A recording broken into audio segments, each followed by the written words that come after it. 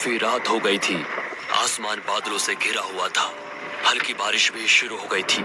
शेखर हर रोज की तरह अपनी टैक्सी लेकर सवारी छोड़ने के लिए जा रहा था। शहर से कुछ दूर एक बंगले के पास उसकी टैक्सी रुक गई। सवारी उतारकर वो दोबारा अपनी टैक्सी लेकर शहर की ओर निकल पड़ा। तकरीबन 1:30 बजे होंगे। शहर काफी दूर भी था। तभी नदी के ऊपर बने पुल पर एक लड़की अपने भारी भरकम सूटकेस के साथ कुछ कर रही थी। उठा रही थी या घसीट कर लेके जाने की कोशिश कर रही थी, पता नहीं। उसे देखकर शेखर ने टैक्सी रोकते हुए कहा, हेलो मैडम, कहाँ जाना है आपको? जी गैलेक्सी अपार्टमेंट चलेंगे। उस लड़की ने पता बताया। वो अपना ट्रैवल बैग उठाकर टैक्सी में रखने की कोशिश कर रही थी, पर काफी भारी होने के कारण उसे परेशानी हो रही थी। रुकिए मैडम, मैं रख देता हूँ। इतना कहकर शेखर टैक्सी से उतरा और बैग उठाने लगा। बैग सच में काफी भारी था।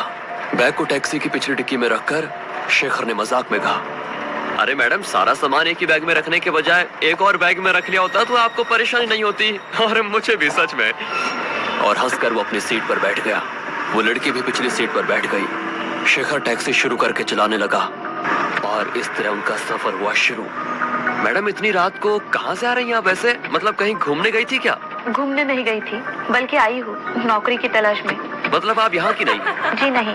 कोई बात नहीं। वैसे इस शहर में आपका कोई रिश्तेदार या दोस्त है? हाँ, एक दोस्त है। मतलब था नहीं है।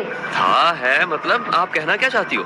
क्या आपका उसके साथ झगड़ा हो गया था, या दोस्ती थी पर अब आपको उसके साथ दोस्ती नहीं रखनी? मतलब धोखा दिया क्या उसने? शेखर की बात सुनकर वो लड़की हल्के से मुस्कुराते हुए बोली, कुछ ऐसा ही समझो, पर मुझे धोखा देने वालों को मैं नहीं छोड़ती। उस लड़की की बातें सुनकर शेखर ने पूछा, काफी गुस्से वाली लगती है आप। वैसे धोखा देने वाले के साथ करती क्या है? मैं जब 8 साल की छोटी बच्ची थी, तब बाकी बच्चों की तरह मुझे भी अंधेरे से काफी डर लगता था। हम सब बच्चे मिलकर आस पड़ोस के पेड़ की इमलियां और आम तोड़ने जाते थे। काफी मजा आता था। ऐसे ही एक दिन मेरे पड़ोस वाले लड़के ने धोखे से मुझे एक खाली बंगले के अंधेरे कमरे में बंद कर दिया। मैं काफी डर गई थी। मैं खूब रोई, चीखती रही, पर वो मुझे बंद करके जा चुका था। मैं किसी तरह से बाहर निकली, पर मैंने उसे कुछ भी नहीं कहा। उसकी बात सुनकर शेखर हंसकर बोला, लड़का थोड़ा शरारती था क्या? बचपन होता ही ऐसा है, मजाक मस्ती से भरा। क्या आज भी आपकी उसके साथ दोस्ती है? नहीं। इतनी भी क्या नाराजगी? बचपन समझकर भूल जाइए और दोबारा दोस्ती कर लीजिए उससे। अब उसकी कोई जरूरत नहीं, क्योंकि एक दिन स्कूल बस से घर आते वक्त मैंने उसे दरवाजे से धक्का देकर नीचे गिरा दिया। उसकी बात सुनकर शेखर थोड़ा नाराज हो गया।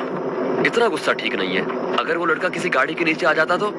शेखर की बात सुनकर वो लड़की गुस्सैल आवाज में बोली, सही कहा, उसी में वो लड़का मार आ गया। इतना कहकर वो ठहाका मारकर हंसने लगी, और उसकी अजीब बात को सुनकर शेखर का दिल घबरा गया था और उसे गुस्सा भी आने लगा। अब एक अजीब गंभीर सा माहौल बन गया था। शेखर बिना कुछ बोले चुपचाप गाड़ी चला रहा था, तो वो लड़की सामने वाले आईने से लगातार शेखर को घूरी जा रही थी। तुम्हें डर तो नहीं लग रहा है ना? सन्नाटे को चीरती हुई उस लड़की की आवाज को सुनकर शेखर हड़बड़ा गया। डर? किस बात का डर? भला मैं क्यों डरने लगा? उस लड़की की वो बातें सुनकर शेखर चुप रहा। शेखर की खामोशी को देखकर दोबारा उसने कहा, सही कहा ना मैंने? तुम यही सोच रहे हो ना? रात के 2 बजने को है, काली रात, सुनसान सड़क, आसपास ना कोई मदद करने के लिए आने वाला, और ऐसे में एक अकेली कमजोर लड़की तुम्हारा क्या बिगाड़ेगी? शेखर खामोश रहा। वो बात को बढ़ाना नहीं चाहता था। इसकी खामोशी देखकर उस लड़की ने आईने में शेखर की तरफ देखते हुए कहा, उसे भी यही लगा था। ना चाहते हुए भी शेखर ने उससे पूछा, उसे किसे? इतना कहकर वो धीरे से मुस्कुराई और चुप होकर टैक्सी की आधी खुली खिड़की से बाहर रात के अंधेरे में डूबे उस सुनसान इलाके को देखने लगी। टैक्सी के अंदर लगे हुए शीशे में उस लड़की को देखते हुए शेखर सोचने लगा, मुझे तो ये लड़की पागल लगती है। अपने दोस्त का किया क्या होगा इसने? मार डाला होगा। इतनी भारी सूटकेस में आखिर ये लेकर क्या जा रही है? कहीं अपने दोस्त को मारकर उसकी लाश तो नहीं लेकर जा रही? ओह, अब समझ में आया। ये नदी के पुल पर उस भारी भरकम बैग को नीचे फेंकने के लिए खड़ी थी, और गलती से मेरी नजर पड़ी, उसका प्लान चेंज हो गया।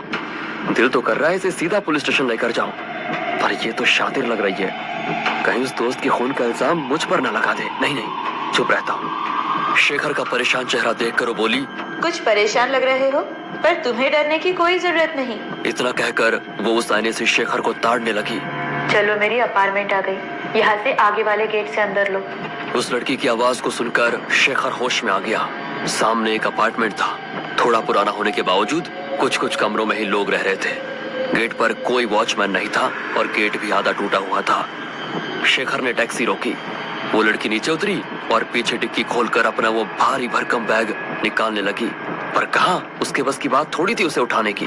ना चाहते हुए भी शेखर ने उसके बैग को डिक्की से निकालकर जमीन पर पटक दिया। अरे क्या कर रहे हो, जरा धीरे रखो।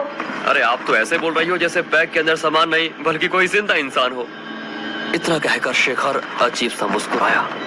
शेखर की तरफ थोड़ा नाराज होकर देखा और बोली, आपका बहुत बहुत शुक्रिया। एक और मदद करेंगे? उस लड़की ने बड़ी सरलता से मोबाइल मांगा।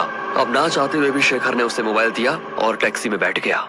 कुछ कदम दूर जाकर पता नहीं वो किसके साथ बात कर रही थी। बात खत्म हो गई और वो चलते चलते शेखर के पास आ गई। जी कहिए।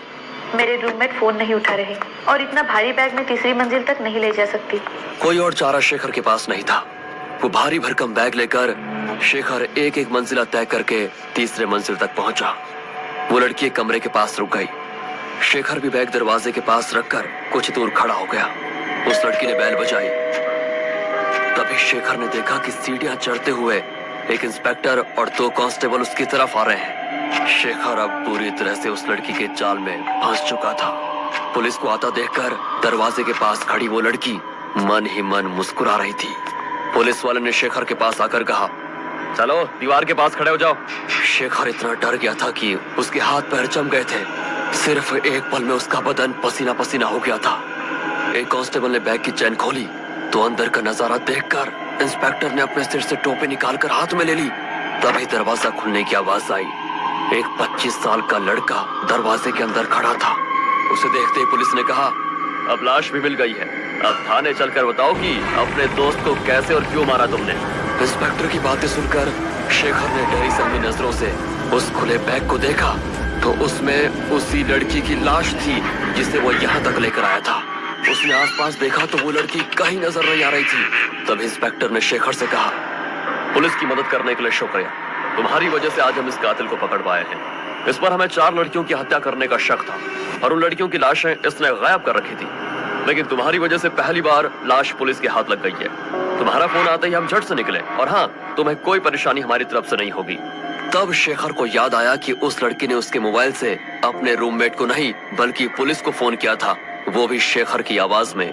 शेखर की तब जान में जान आ गई थी। पुलिस उस मुजरिम को गाड़ी में डालकर ले गई। शेखर भी अपनी टैक्सी में बैठकर घर के लिए निकला। अब वो दोबारा उसी पुल से गुजरने लगा। डर के मारे कांप रहा था। तभी सामने वाले आईने में वो लड़की टैक्सी की पिछली सीट पर बैठी नजर आई और एक आवाज गूंज उठी, मदद के लिए शुक्रिया, वैसे किराया नहीं लोगे? और एक अजीब सी मुस्कुराहट रात के सन्नाटे में गूंजने लगी।